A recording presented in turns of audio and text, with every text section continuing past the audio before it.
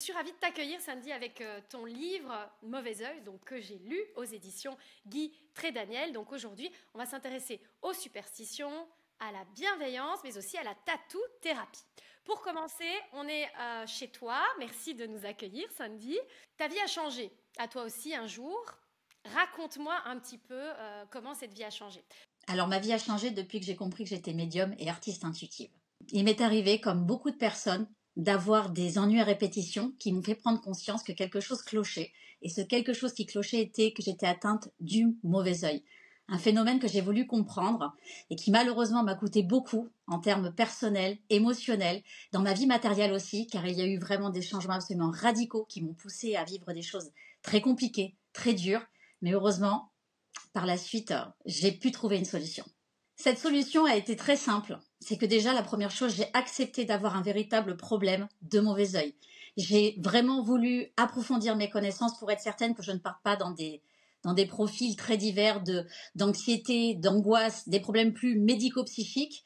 Et puis donc du coup, je me suis retrouvée à faire des enquêtes, à investiguer un petit peu partout quelles étaient les solutions selon les cultures pour aller endiguer tout ça et me guérir. Et donc du coup, je me suis retrouvée à lire un tas de littérature sur le sujet, qui est très connu depuis que le monde est monde. Et puis j'ai fait des rencontres formidables qui m'ont aidé avec des rituels magiques, quelque part, on peut le dire comme ça, enlever ce phénomène de moi. Et aujourd'hui, je vais beaucoup mieux. Ton livre est génial, il nous explique plein de choses sur le mauvais œil. Il nous parle notamment de l'importance de la bienveillance et aussi de faire attention parce qu'il paraît qu'on peut même s'auto-envoûter. Qu'est-ce que tu peux nous dire à ce sujet et comment éviter cela d'ailleurs? Alors, écoute, ta question, elle est géniale parce qu'en réalité, ça serait peut-être la première question utile à se poser. Est-ce que j'ai vraiment un mauvais œil? Est-ce que c'est pas moi qui deviens un peu parano sur ma situation de vie? Alors pourquoi? Parce que souvent, quand on commence à être à répétition dans le jugement, dans la critique, dans un regard finalement pas très bienveillant, d'où l'importance de la bienveillance envers soi et envers les autres, on a tendance finalement à s'intoxiquer soi-même, comme on mangerait des aliments pas bons pour nous, mais qu'on continue à les manger. Voilà. Au bout d'un moment, on va se rendre malade. L'auto-envoûtement, c'est un peu pareil. C'est-à-dire qu'à force de se persuader qu'on est attaqué, qu'on est comme ça sujet d'être une victime, qu'on se victimise d'ailleurs dans toutes des situations de vie qu'on pourrait avoir, on finit par se rendre malade et s'auto-envoûter. Exactement. Et alors du coup, est-ce que ce sont les mêmes solutions quand c'est un auto-envoûtement ou quand finalement le mauvais œil vient d'ailleurs? Bon, tu donnes plein de conseils, hein, évidemment, dans ton livre. Je vous invite à vous le procurer. Mais bon, voilà, l'idée dans cette interview, c'est quand même déjà de commencer un petit peu à savoir si on se sent concerné par ce mauvais œil ou pas. Et surtout à savoir distinguer quand ça vient de nous ou quand ça peut venir de l'extérieur. Ce qui t'est arrivé, tu l'as expliqué. Bien sûr, parce que justement, la différence, elle est très importante et c'est aussi pour ça que dans le livre, j'ai vraiment voulu faire un test. Il y a plus de 33 questions où on va vraiment pouvoir, vous allez surtout pouvoir déterminer pour vous ou une personne chère à votre cœur qui pourrait peut-être, selon vous, être atteinte d'une malchance improbable, d'une quantité de répétitions, d'obstacles et de tests à l'épreuve dans sa vie et dans la vôtre. Et en fait, l'idée, c'était vraiment de bien faire la différence entre ce qui pourrait venir de vous, être généré par vous-même ou votre entourage proche et la réalité du phénomène du mauvais œil. Parce que c'est vraiment deux choses très différentes et on ne peut pas et on ne doit pas passer à côté d'une pathologie, on va dire, plus médicale, comme une dépression nerveuse qui aurait, elle aussi, quelque part, les mêmes symptômes. Et c'est pour ça qu'il faut vraiment bien faire la différence dès le départ et accepter de faire le test finalement de façon très honnête. Voilà. Tout à Les fait. questions sont très bien faites pour que les gens ne fassent pas d'ambiguïté entre ce qui vient de nous et ce qui vient du phénomène du mauvais œil. Tu as vécu le phénomène du mauvais œil, tu y as remédié, tu donnes des solutions pour y remédier dans ton livre. Oui. Explique-moi un petit peu ces sensations que tu avais. J'imagine qu'il y a eu une perte de sens à un moment donné, non? Mhm. Comment s'en rendre compte? À partir du moment où on a des symptômes physiques, où on a aussi une accumulation de malchance, ou qu'on a l'impression vraiment d'être une personne non chanceuse par rapport aux autres, d'être toujours la personne qui se fait passer devant, d'être toujours la personne à qui il arrive une tuile. Quand c'est trop long, quand c'est trop répétitif, c'est là où vous devez commencer à entendre aussi de l'extérieur peut-être d'autres personnes qui vous diraient dis donc t'es un chat noir, dis donc c'était sûr que ça tombe sur toi, c'est toujours toi la bonne poire. il y a un moment où véritablement ça va vous venir, ça va vous percuter, mais de l'extérieur. Et c'est de là que ça ne peut pas venir de vous, puisque finalement c'est les autres qui vous le font remarquer, ce qui a été mon cas. Par exemple, c'était mon cas, je travaillais professionnellement, j'avais beaucoup de réussite, et à chaque fois que j'avais une réussite, il y avait quelque chose qui venait comme un voile, camoufler la réussite, m'empêcher la satisfaction totale.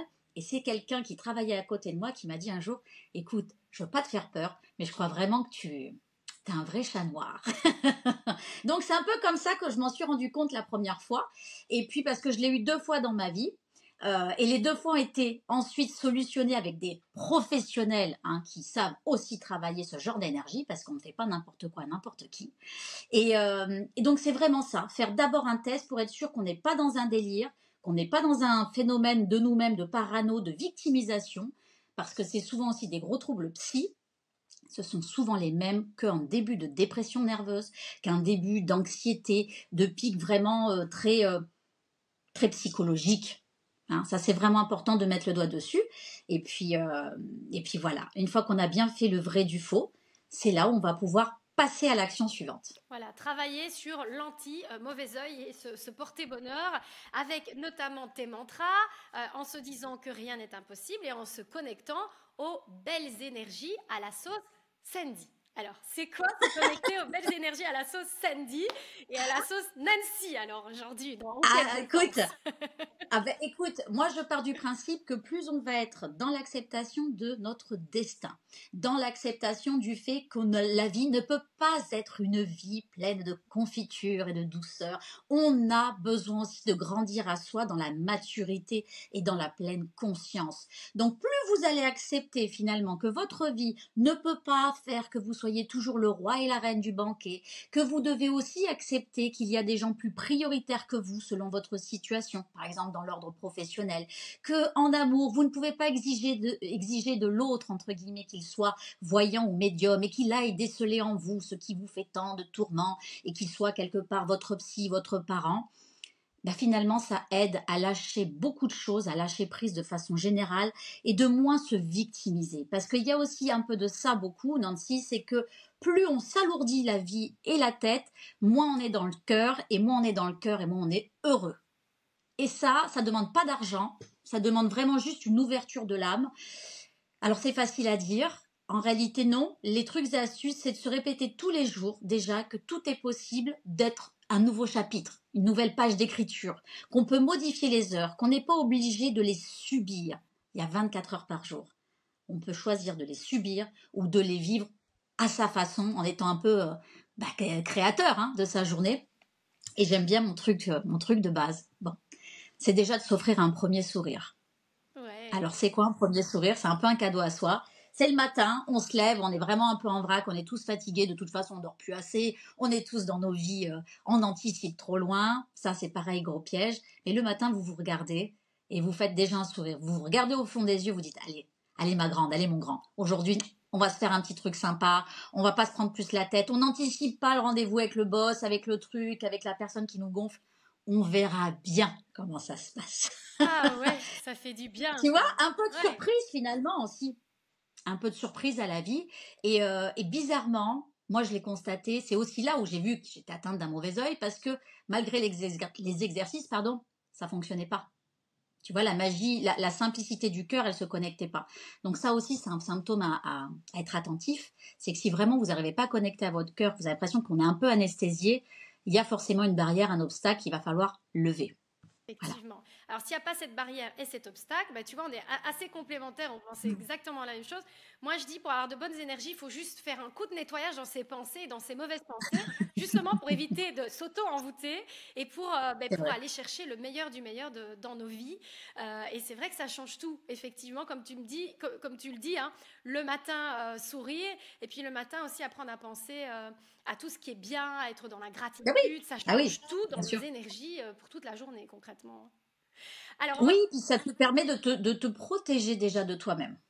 exactement. Et puis aussi faire sa petite bulle aussi, tu vois, cette bulle positive, voilà, qui enlève tout le négatif de nous, qui empêche le négatif aussi de passer de l'extérieur. Ça permet déjà de passer une Ça meilleure fait du bien. journée. Et il y a aussi une autre astuce à la Sandy, Ça s'appelle la tatou-thérapie.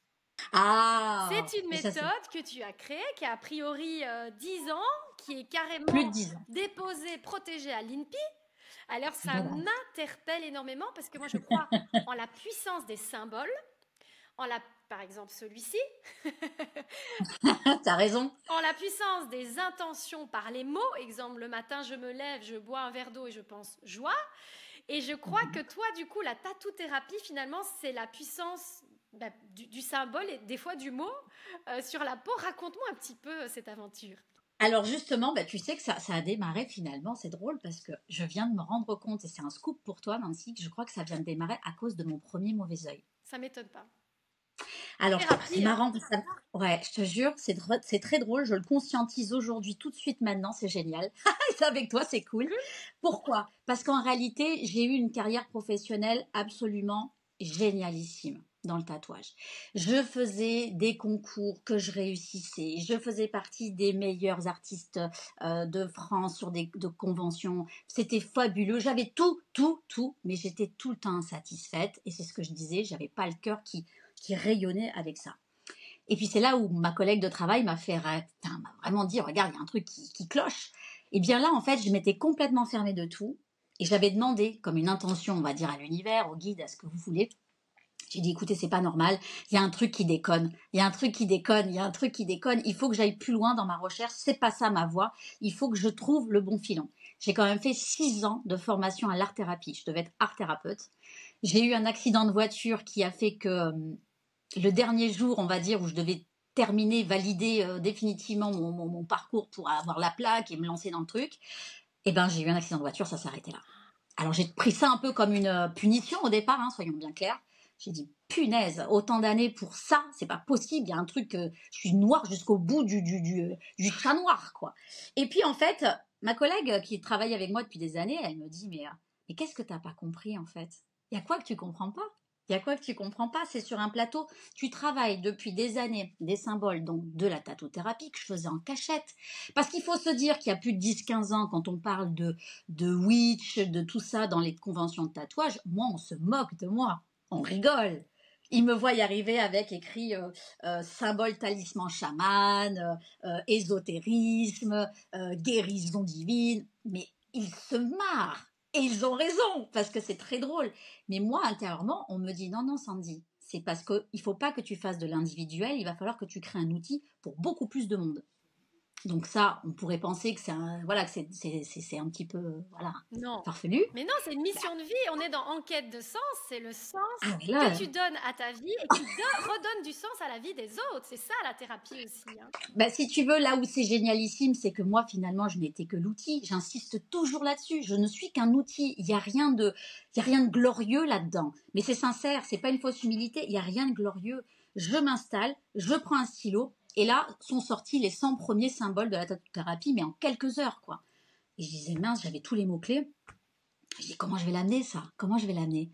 Et bien, bizarrement, là-haut, on m'envoyait que des clients qui étaient des refoulés des thérapies cognitives classiques, des gens qui n'avaient pas trouvé une écoute ou finalement le face-à-face était trop délicat avec un thérapeute.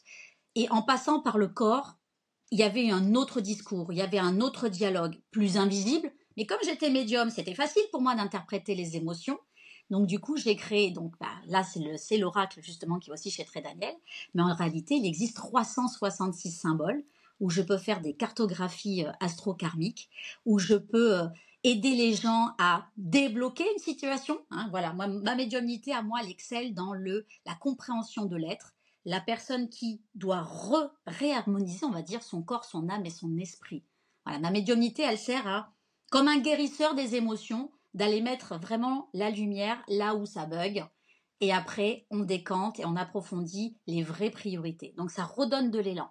C'est assez bluffant parce que ça cartonne et parce que ça marche bien. Génial, mais tu m'apprends qu'alors on peut être médium en décodant les émotions des autres, en arrivant à les Oui, ressentir oui, uniquement, sans oui. forcément voir les esprits. Alors tu peux, après, tout le monde a sa médiumnité, c'est ce que je dis souvent. Un médium, c'est un outil très particulier, mais on reste qu'un outil. C'est pour ça qu'il ne faut pas Moi, je ne céderai jamais à ce discours où on est des gens extraordinaires parce qu'on est extraordinairement, entre guillemets, enquiquinés par ces capacités extrasensorielles qui sont quand même très difficiles à dompter. Et c'est ce que j'allais te demander. Est-ce que finalement les médiums au départ se pensent pas bizarres et Bah, complètement si, hypersensibles parce que tout à fait en si, décalage avec les autres et parasités en bah, permanence par si, des informations bah, qui sont si. peut-être pas la normalité? Ah, pas la normalité. Et puis surtout quand tu vois des défunts comme je te vois, c'est pas la normalité. C'est-à-dire, je Alors, suis moi, j'ai défunt? une médiumnité. Non, mais tu sais, mais non, mais parce que si tu veux, la médiumnité, comment te dire, elle se présente sous tout un tas de Qu'est-ce que tu formes. vois? Tu Alors peux être- attends, maintenant tu dois répondre, t'as pas le choix. Tu vois quoi? Ah non, mais moi, là, moi, si moi, je devais vraiment te cartographier, moi, je vais voir l'être que tu es. C'est-à-dire, c'est comme si j'avais fait une lecture de ton âme et je verrais comme une prise, un HDMI, je viens me brancher sur toi, j'ai une prise divine, mais ça se fait avec un protocole où Oui, déjà, on se protège, on se donne mutuellement une d'accord. autorisation, il faut que l'accueil des connexions des deux cœurs se fasse. C'est pour ça que quand je vois certaines méthodes, bon, on n'en parlera pas maintenant, mais ça ne peut pas être fait correctement. Voilà, il y a un minimum de choses à faire. C'est pas parce que c'est magique et invisible que on doit sous-estimer l'importance de ritualiser ce genre de lecture. Parce que la lecture que je vais te faire moi en tant que médium va être utile pour toi, pas pour faire joli, pas pour dire waouh elle est trop forte cette médium là. On s'en fout totalement. L'idée c'est que moi je sois l'outil transmetteur de ce qui est bon pour toi, de ce qui est juste et selon le bon déroulement du sens de ton karma au moment où tu vas entendre. Alors, donc ça, donc c'est ta spécialité. Évidemment, bah, la Mhm. tatou-thérapie, c'est une méthode qui a plus de 10 ans. Est-ce que tu peux justement nous donner un exemple d'une réussite qui t'a marqué dans cette tatou-thérapie? Je peux pas t'en donner une. Bah, plus, Je peux pas deux, t'en donner trois, une. si tu veux. C'est impossible parce que dans une lecture de tatou-thérapie, on peut aller voir des vies antérieures. Il peut se présenter des défunts pour la personne. Il peut se présenter aussi une sorte de rencontre à trois où le défunt vient s'excuser auprès de la personne pour que la personne puisse débloquer émotionnellement quelque chose qui lui tient tellement dans les tripes qu'elle peut plus avancer vraiment. Elle survit à sa vie, mais elle ne vit pas. Et en réalité, toutes ces énergies-là, moi, je les accueille. Donc, vie antérieure, euh, même aussi des gens qui ne sont pas décédés, hein, attention, hein, il y a des fois des discordes et des disputes qui durent depuis tant d'années. Et moi, j'arrive sans que les gens me connaissent, parce qu'en plus, toutes mes consultations sont téléphoniques, ça veut dire que je ne peux pas savoir qui est la personne 2 minutes avant. Ah oui. C'est peut-être pour ça où c'est vachement magique pour les personnes, c'est que je ne peux pas faire d'enquête, hein, je ne ferai pas d'enquête.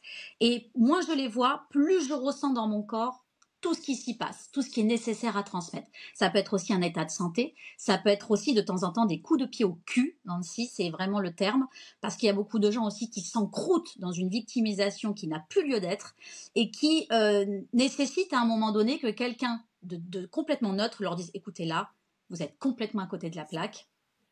Il faut plus que vous restiez dans cette sphère-là parce que vous allez vous faire du mal et puis ça va être très compliqué pour revenir mieux et plus Il se vite. tatoue la Donc, victimisation, en fait, et on le fait tous un jour ou l'autre dans notre vie, hein. alors, le rapport au corps, c'est très compliqué. C'est pour ça que moi, j'insiste à faire des étapes. Première étape, on fait une consultation où c'est de la médiumnité pure, je canalise tout et j'ai une méthode, et je ne la révélerai pas, qui fait que la personne en réalité me donne les informations. Et c'est ça qui est génial, parce que la personne, elle se dit, mais waouh, mais c'est moi qui ai dit ça, c'est moi. Et j'ai dit, c'est toi, hein, j'ai la preuve. Et à partir de là, on peut pas dire que c'est de la mentalisation, c'est là où l'intuition et l'invisible rentrent en jeu. Et puis ensuite, il y a la création du talisman. Alors là, c'est ma part que à moi, où je canalise les énergies de la personne que je viens de recevoir. Et avec les informations que j'ai reçues, je crée un motif unique, une empreinte vibratoire qui est propre à chaque personne. D'accord? Génial, j'adore. Ensuite, je laisse la personne le recevoir. Alors, il y a deux méthodes. Celles qui ont fait la consultation, elles m'ont directement. Et il y a aussi les personnes avec qui je laisse un podcast. Alors là, c'est encore plus folklore parce que je les ai jamais vus. J'ai juste eu un mail, une date de naissance. Et moi, je leur fais 15-20 minutes de podcast sur un dictaphone. Et j'ai des gens en pleurs derrière. J'ai des gens qui me disent, mais comment vous pouvez savoir des choses pareilles? J'ai écouté, moi, je ne sais rien. Je ne fais que répéter. Des frissons incroyables, c'est incroyable. Et Ça fait des trucs, ça fait des choses très très fortes, très intimes à chaque personne. Et ensuite, s'ils le veulent, seulement s'ils le veulent, ils se font tatouer. Mais moi, je vais te dire jusqu'où je vais parce que je sais que très bien que c'est pas pour moi. Je laisse même mes droits d'auteur aux autres artistes pour que les gens aillent se faire tatouer ailleurs, moins cher, plus proche, etc., etc. Ça ne m'appartient plus en fait, tu vois. L'empreinte, elle m'appartient pas. Donc c'est vraiment après, ils en font ce qu'ils en veulent. Mais j'imagine que l'acte symbolique, parce que tu sais bien, on fait Hmm. des actes symboliques en thérapie, c'est du tatouage crée une vraie transformation de la personne. Tu vois vraiment une différence, tu vois Ouais, vraiment un ouais, avant-après quelque part. ouais, ouais. Ouais. Si tu veux, ça fait 15 ans que je fais plus que ça. Ça m'a complètement dépassée. C'est-à-dire qu'au départ, moi, c'était Sandy Tattoo. Je voulais être juste une rockstar du tatouage, hein. Moi, il y avait que ça qui m'intéressait, Ouais. tu vois. Et en réalité, eh ben, tout à fait que ça a basculé, c'est ce que je t'ai dit, parce que je pense que je devais être plus utile que ce que j'imaginais dans ce savoir-faire, et que en plus, je pense que je suis une personne sans vouloir me tirer la couverture à moi. J'adore les gens Ça en se fait. voit. J'adore les gens. Ouais. J'adore les gens. Donc, ben, les gens qui sont mal, et ben forcément, j'ai été 10 ans pompier. Ah ouais. Donc, si tu veux, j'ai pas cette notion de dire, je vois quelqu'un de mal, je vais regarder à côté. C'est pas possible, ça n'existe pas chez moi. Alors, il faut penser aussi que pour être un bon accompagnant, un thérapeute, alors moi je suis une pseudo tattoo thérapeute, hein, c'est mes clients qui m'ont nommé comme ça, mais le statut n'existe pas. Mais enfin, j'en ai quand même bien les fonctions, je m'en aperçois avec ces 15 dernières années. Il n'empêche que il y a des résultats absolument tangibles où les gens vont mieux, où les gens me font des retours incroyables. L'accompagnement que vous avez eu les mots justes, vous avez su ne pas parler quand il fallait pas, me laisser réfléchir. Et ça, c'est génial. T'as un- Donc ça fonctionne.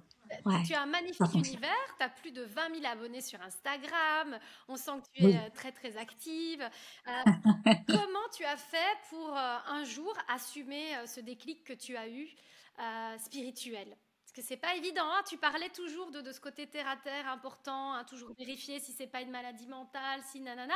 Donc j'imagine que tu as vraiment fait très attention quand tu as commencé à parler de ça, à vraiment être en phase avec ce don-là et avec la spiritualité. Comment tu as fait? Est-ce que c'est parce que c'est ça qui a donné du sens à ton existence, par exemple?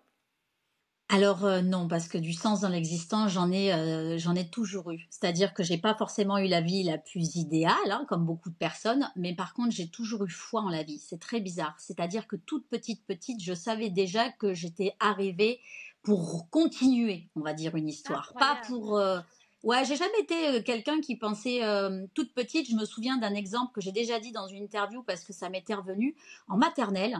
Je regardais déjà, tu sais, les ASM, les personnes, les assistantes, les maîtresses, et je canalisais déjà les émotions. Donc, je comprenais déjà à qui j'avais affaire. Et ce qui était très drôle, c'est que je m'étais vue dans une vie de femme beaucoup plus vieille et mature Hmm. que les dames qui s'occupaient de moi. Et j'avais pas un regard d'enfant, j'avais toujours un regard en me disant, faut pas qu'elle s'inquiète parce que moi je connais la vie. Je devais avoir 3 4 ans, tu vois. Incroyable, oh Moi, je non, connais la vie. incroyable. Ça va aller beaucoup mieux pour elle dans pas longtemps. Elle est juste un peu dans la peine. Et avec des mots d'enfant, mais avec une sorte de maturité psychologique et intellectuelle qui ne m'appartenait, mais alors pas du tout. Pas du tout. Donc, je suis venue pour continuer une histoire. Je pense que euh, tout a fait que les choses, justement, s'embourbent jusqu'au mauvais œil parce que je ne voulais pas aller dans la direction de ce projet que j'avais dû mettre en place avant de venir, tu vois, et que finalement, le mauvais œil m'a obligée à prendre un tournant à 180 degrés. Et du coup, le mauvais œil t'a permis aussi de créer ton livre pour permettre à tout le monde finalement de briser le mauvais œil. Et puis, tu les as montrés, hein, tu crées tes oracles, tes tarots. Moi, ma maman, qui a un don, hein, on a un don de famille qu'on ne veut pas développer. Donc, elle se méfie énormément de l'ésotérisme. Et elle veut pas que je sois là-dedans du tout. Donc à toutes les personnes qui se méfient du mauvais œil et des énergies négatives de par la spiritualité et l'ésotérisme, qu'est-ce que tu aurais à dire? Parce que toi, tu as des énergies qui sont très brillantes. Donc comme quoi, il y a toujours les deux versants dans toute chose et même dans la spiritualité. Comment faire pour être dans le bon Alors, versant? je vais te dire, déjà, je pense que la vie m'a mis tellement de claques pour ne même plus avoir le choix que d'aller vers le bon côté. Parce qu'on parle de libre arbitre, mais c'est sûr que des capacités énergétiques comme je peux moi certainement avoir, je pourrais aussi les utiliser à très mauvais escient. Oui, Mais si ça se trouve dans une autre vie, c'est parce que j'ai été quelqu'un de super mauvais qu'aujourd'hui je rame pour être quelqu'un de super bien, tu vois. oui, je vois bien de quoi Si tu ça se parles. trouve. Ouais. Bien sûr, parce qu'à un moment donné, si je suis partie à vouloir, comme ça, entre guillemets, accompagner les gens, à essayer d'être dans le positif, dans le lumineux, c'est que j'en ai peut-être aussi ras-le-bol de ce discours où je vois sans arrêt des gens qui surfent sur la peine des autres, sur si les gens vont pas bien, eux, ben, je vais aller mieux moi, parce que je l'observe ça depuis de très nombreuses Oui, années. On est actuellement dans une vision d'accompagnement dans l'ésotérique très commercial. Faut être très clair. Moi, je le dénonce haut et fort parce que je fais partie des gens aussi qui vendent. Donc, ça me nourrit aussi. On peut créer des choses très, très efficaces, très justes, très honnêtes. Mais on peut aussi avoir un discours complètement édulcoré juste pour attirer comme ça un petit peu des énergies, je suis désolée, mais un petit peu trop matérialistes. Et ça, en fait, c'est quelque chose qui me rebute profondément. Donc, c'est pour ça peut-être aussi que je cherche quelque part à illuminer encore plus les choses pour rassurer un discours comme celui de ta maman, parce que déjà, il y a beaucoup de gens qui ont peur, et vous avez raison d'avoir peur de l'ésotérisme, parce qu'il y a des gens qui pensent même faire des choses bien, mais qui font n'importe quoi. Il y a un manque pour moi cruel de connaissances et de savoir sur ce qui peut se faire, ce qui est, on va dire, admis par les énergies et ce qu'il ne faudrait pas oui, faire.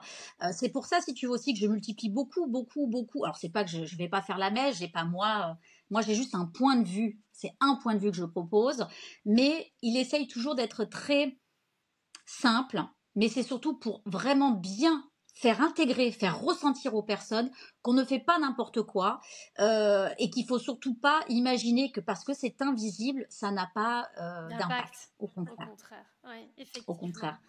Donc, faites les choses avec beaucoup plus d'intelligence aussi. Oui. Ne faites pas parce que vous avez vu ça passer sur une nana ou un mec un peu sympa qui tient un compte avec beaucoup d'abonnés et que vous vous dites bah tiens on ritualise ça, bah tiens on va mettre ça en place, on va faire un rituel avec une photo. Oubliez tout ça parce que Mm. vous allez vous prendre un retour de manivelle que vous n'imaginez pas. Et là-dessus, je suis assez d'accord avec ta maman. Oui, L'ésotérique, il faudrait presque donner un permis, tu vois, comme un permis de conduire, avec un minimum de base, oui, vraiment de base, oui. et surtout de le faire toujours quand on a un cœur et la tête bien ancrés. C'est ça, exactement. Et là, on va revenir à des valeurs importantes. Je crois que tout réside dans l'intention, quoi qu'on fasse. Voilà. Si C'est vrai. l'intention est la bienveillance, forcément, les énergies seront lumineuses. C'est toujours pareil. Et ce que j'aime, c'est que tu mentionnes plusieurs religions, plusieurs croyances différentes. Donc, tu n'as pas un parti pris, ça c'est chouette. C'est un vrai travail journalistique. Et tu parles donc du judaïsme. Et j'aime bien parce qu'en fait, ils disent que la rigueur, c'est l'application, le respect strict des lois naturelles Bien positives. sûr, C'est important bien sûr. de le préciser sur chaque acte des hommes. Et ainsi, la récompense sera la protection, l'abondance de positif. Et donc, ils disent que c'est important d'être le plus discret possible dans ses actes et ses actions, de ne pas se vanter, de ne pas exposer ses réussites financières et d'avoir, très important, envers son prochain le bon œil en toute occasion.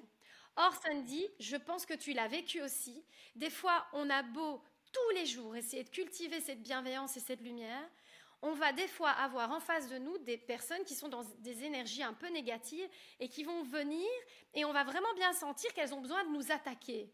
Des fois, c'est bêtement un mendiant sur la route, on lui dit non pour donner une pièce et on sent qu'il nous jette un regard noir. Donc, comment on fait pour se protéger de ça, quelque part, au quotidien, malgré nos bonnes intentions? Alors déjà, tout simplement, c'est déjà la première chose, j'ai envie de te dire, c'est d'accepter finalement le point de vue de l'autre. C'est d'accepter la réaction qui n'est pas la nôtre. C'est accepter finalement la vibration d'une émotion qui nous appartient pas finalement, si tu veux. Parce que si on commence à prendre pour soi, comme tu dis, ce regard noir, ou qu'on commence à se dire, bah tiens, elle ou lui, il me juge. En fait, c'est ce que ça impacte en toi. C'est encore une fois, c'est un petit peu ça aussi d'être ancré. C'est de se dire, voilà, moi je mets une barrière ici, de là à là, c'est moi et ça ne m'atteint pas. Moi, quand quelqu'un me critique, quand quelqu'un me juge, quand quelqu'un me fait une remarque qui, forcément, va les titiller finalement en moi, tu vois, je suis un petit peu, comment dire, tu fais semblant, tu fais bonne mine, mais au final, ça te travaille parce qu'on est tous humains et qu'on est tous un peu Oui. Et susceptibles on a et tous qu'on a un besoin d'être orgueil et un aimés. ego. On a tous besoin d'être aimés aussi. Et ben moi, je fais un exercice, il est tout couillon. Déjà, la première personne qui doit m'aimer, c'est moi. Oui, c'est vrai, mais c'est Déjà, dur c'est ça, moi. hein. Alors c'est dur et en même temps, quand on répète l'exercice, un, c'est plus dur, 2, on devient son meilleur ami, ce qui est quand même pas négligeable, parce que là au moins on est sûr qu'on n'est pas en kikiné, on parle le même langage, on veut la même chose, on veut que ça aille le mieux possible. Donc moi quand quelqu'un vraiment, et je t'assure que ça arrive régulièrement que je prends des boîtes à travers la figure, et des réflexions, mais oui mais toi, et puis attention, c'est très bien ce que tu as dit, parce que le mauvais œil, c'est pas non plus que dire de la méchanceté, c'est aussi des gens qui portent l'envie sur La toi. jalousie, Moi, oui. les ah, mais c'est infernal. Moi, le nombre de fois, on m'a dit, ah bah dis donc, Mm. ça va aller les affaires, ça doit Ouais. bien se passer, vous voyagez beaucoup. Mais dans ma tête, je me dis, mais vous voyez pas le travail qu'il y a derrière. Vous ne vous rendez pas compte les sacrifices personnels, l'endurance que ça me demande, l'hygiène de vie quelque Ouais. part pour essayer Ouais. d'être constante, la rigueur que je m'impose. Tu vois, ils ne voient que l'apparence. Alors quand c'est comme ça, et ben au lieu de me dire ça, je dis franchement là-haut, je fais envoyer-leur ce qui leur manque tant pour qu'ils aient plus à me regarder le nombril. Génial. Envoyez-leur ce qui est si compliqué, comme envoyez-leur des clés, qu'ils les chopent au vol et qu'ils les essayent dans les. Mais je veux dire, j'ai toujours maintenant, j'ai plus le truc de c'est un con, c'est une conne, pardonne-moi l'expression, mais c'est plutôt waouh, ça doit être compliqué pour lui ou elle. Ouais. Ça doit pas être évident. Ils en sont encore un peu loin dans ce cheminement. Et finalement, d'une certaine manière, je leur envoie mes meilleures énergies. Génial, Et ben, je fais ça aussi maintenant. je C'est t'assure que je sais pas si tu peux, ouais. comme moi, le dire, ça va plus vite, ça sort plus vite de notre tête, on passe à autre chose, Oui, quoi. c'est génial, c'est ça. Moi aussi, je dis, bah, faites qu'il y ait plein de bonheur dans leur vie pour qu'ils aient autre chose à penser que moi. Et Je comme ça, tout t'assure. le monde est content. Et plein de Mais oui, bonheur dans la mienne aussi, du coup. Les deux côtés, en c'est plus. important. Ouais, c'est vraiment génial. Une fois, on a un ami qui est venu et qui a fait Ça sent l'argent ici. Le lendemain, Ah, j'ai été sympa. alitée, j'ai perdu du sang. Mon fils était en placenta prévia, j'étais enceinte de 2 mois et demi. Et mon autre Oh, fils a été à l'hôpital gastro-entérite, tu sais, incroyable ou oh, pas? Et donc là, tu n'as rien bah, demandé et t'as ça qui te tombe dessus, quoi. ouais, ouais. Alors c'est un concours de circonstances qui est tristouné, mais malheureusement c'est souvent le cas. C'est aussi pour ça que beaucoup de cultures privilégient de se cacher. Moi j'aime aussi beaucoup un proverbe arabe qui dit mais au lieu de jalouser ton voisin, t'as qu'à faire pareil. Et c'est pas faux. Et Ouais. c'est pas faux finalement. Il faut souvent motiver aussi les gens et c'est pour ça que je te dis le mauvais œil c'est vraiment aussi l'envie. Ça j'insiste vraiment beaucoup. Quelqu'un qui vous ferait sans arrêt des louanges, des flatteries, des flatteries, des flatteries. Il faut aussi s'en préserver. Tu vois, ça Ouais. sent l'argent, c'est complètement dans ce sens-là. Et Mais tu sais que ça a je l'ai marché, hein, vécu. parce que moi après j'ai refusé Mais bien l'argent sûr dans que ma ça vie, hein. marche. Mais C'est bien sûr que ça incroyable. marche. Bah ouais. Alors que c'est dégueulasse parce qu'on ne sait pas, les gens ne se rendent pas compte peut-être des sacrifices qu'il y a eu. On n'est pas tous rentiers, on n'est pas tous millionnaires. Par contre, il y a beaucoup de gens qui font beaucoup d'efforts en coulisses pour pas que ça fait partie du jeu en fait. On veut pas voir les souffrances, on veut montrer que les réussites, que le trophée. On veut pas voir quand on a eu mal dans une course poursuite. Tu vois, on fait 42 kilomètres pour un marathon. On va pas vous faire voir les ampoules qu'on a dans la godasse. On va vous faire voir la médaille. Tu vois. Évidemment, bah, parce qu'on veut Et, aussi et apporter du oui. positif aux autres. On n'a pas envie de commencer à ressasser nos malheurs à tout le monde. On a tous besoin d'être encouragés, d'être dans l'espoir. Donc voilà, mais en tout cas, toi, ce qui est sûr, c'est que je vais te citer, mais d'abord, je voudrais que tu me donnes, toi, une citation qui t'encourage et que tu utilises des fois en thérapie aussi, que tu trouves sympa. Ah mais moi elle est très simple, hein. C'est rien n'est impossible. Ah rien n'est impossible. Je me refuse à part la mort et la maladie, c'est ce que je dis toujours. Et ça, pour le coup, ça ne m'appartient pas. Je suis beaucoup trop philosophe et spirituelle pour avoir l'orgueil de me dire ça m'appartient. Par contre, oui, on peut maximiser ses chances d'être en bonne santé, de faire attention à ce qu'on mange, à ce qu'on boit, à ce qu'on fume, peu importe. Mais alors pour le reste, ça ne m'appartient pas du tout. Et j'ai envie de vous dire, lâchez-vous aussi un petit peu là-dessus. Hein. Arrêtez de vous prendre la tête avec ça parce qu'il y a des choses qui ne se maîtrisent pas dans la vie. Il y a aussi des questions qui ne méritent pas de réponse. Il y a des fois des preuves qui n'ont pas besoin d'être. Il n'y a pas besoin de preuves parfois. Donc déjà, ça va faire de la place dans la tête et dans les cœurs des gens. Et puis, rien n'est impossible et d'être un bon vivant. Vraiment, moi, ça, c'est quelque chose. Être un bon vivant, c'est d'accepter que déjà le verre d'eau que vous allez boire, vous avez de la chance parce qu'il y a des gamins qui passent des journées entières à attendre à sucer 3 gouttes sur une citerne qui arrive parce qu'il y a des gens dans la merde. Pardonne-moi Ouais, Nancy, de ouais, parler un ouais, peu non, comme non, mais ça, je mais peux aussi avoir ce genre de langage. T'inquiète j'aime pas. bien, j'aime bien aussi qu'on soit un peu moins hypocrite parce qu'aujourd'hui on manque de temps et d'attention des gens, donc il faut essayer d'être assez explicite et j'aime bien les gens qui apprécient déjà ce qu'ils ont. C'est pour ça que Ouais. j'aime la simplicité, j'aime les gens de tout niveau social, de toute culture. C'est pas un discours engagé, non, c'est un discours de l'amour, c'est un discours hyper humain et je pense qu'on devrait se réveiller, de regarder un peu plus de ce côté-là de notre humanité. Voilà. Effectivement, et pour te citer, tu dis penser positivement et ne pas céder à la tentation de la négativité, oui, mais ce n'est pas si facile que ça. Pour être comme tu es aujourd'hui, ça a été un travail. Combien de temps tu as mis, toi, pour lever justement tous ces blocages qui nous animent tous tout au long de notre vie, mais particulièrement quand on ne travaille pas sur soi? Alors moi, je pense que c'est au départ vraiment j'ai une entité qui est très persuadée que l'amour est plus fort que tout. Tu vois, ça aussi ça pourrait être un mantra. L'amour est plus fort que tout. J'ai créé, on va dire, un mécanisme personnel où je ne veux voir que le beau. C'est pas d'être dans le déni, mais c'est que je crois que j'ai aussi le droit, et on l'a tous, de choisir là où nos yeux veulent regarder Oui, et de la façon dont on en a envie. Moi, je vois, ben oui, tu mais vois, c'est quelque chose qu'on oublie trop souvent. Donc, en réalité, je pense que je l'ai compris quand je suis devenue pompier, beaucoup, je pense, ouais, vers les années 2000, 2000, 2002, 2003, je pense que c'était là quand j'ai commencé à faire mes classes. En fait, je me suis rendu compte de la vraie gravité des choses. Qu'est-ce qui est chiant, qu'est-ce qui est grave, la vie, la mort. Tu vois, quand je te dis ça, regarde, je me mets des poils en l'air parce que c'est un rappel aussi à moi que tout le reste, c'est pas que c'est pas grave, ça pourrait le devenir, mais c'est pas si important que ça.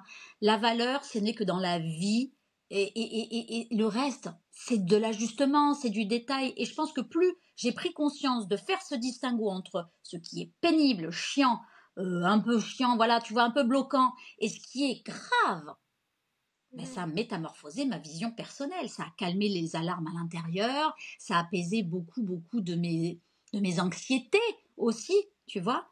Parce que je pense que la base de base, finalement, il faut juste aller dans l'essentiel. L'ancrage à soi. Et puis, il n'y a pas de bonne méthode d'ancrage, c'est celle qu'on va se créer. Ça aussi, j'avais écrit un bouquin là-dessus, c'est vraiment, je dénature un peu beaucoup de choses parce que expérimentez votre vie, en fait. Vous allez voir, c'est formidable. et relativiser. Et puis tu parlais de déni. Moi, je dis souvent, le déni est mon meilleur ami. Bon, à condition d'avoir conscience qu'on utilise ce mécanisme de défense de déni parce qu'on le veut bien. Oui, et puis des fois, c'est nécessaire. Oui, mais Moi, je le oui, fais aussi. Oh là là, des fois, oh là là, je vais pas regarder là-dessus. Je dis, oh là c'est là, non, en ce ça. moment, non, non, plus tard, plus tard. C'est ça. Et j'ai envie de dire, et donc pour te citer une dernière fois, il est donc temps d'arrêter de rabâcher, de se lamenter, de s'auto-critiquer, de se victimiser, de se plaindre, de se comparer, de se rabaisser, de se soumettre, de se culpabiliser, de se bafouer, de se trahir et de s'ignorer. Et bien sûr, tu expliques pourquoi voilà, tu nous expliques vraiment comment c'est important de prendre soin de ses pensées, de prendre soin de soi, du coup, par la même occasion. Et je te remercie pour cela, Sandy. Merci beaucoup, hein. C'est super ce que tu fais. Je te souhaite plein de bonnes choses. J'ai envie peut-être un jour de me faire un petit tatouage. On verra.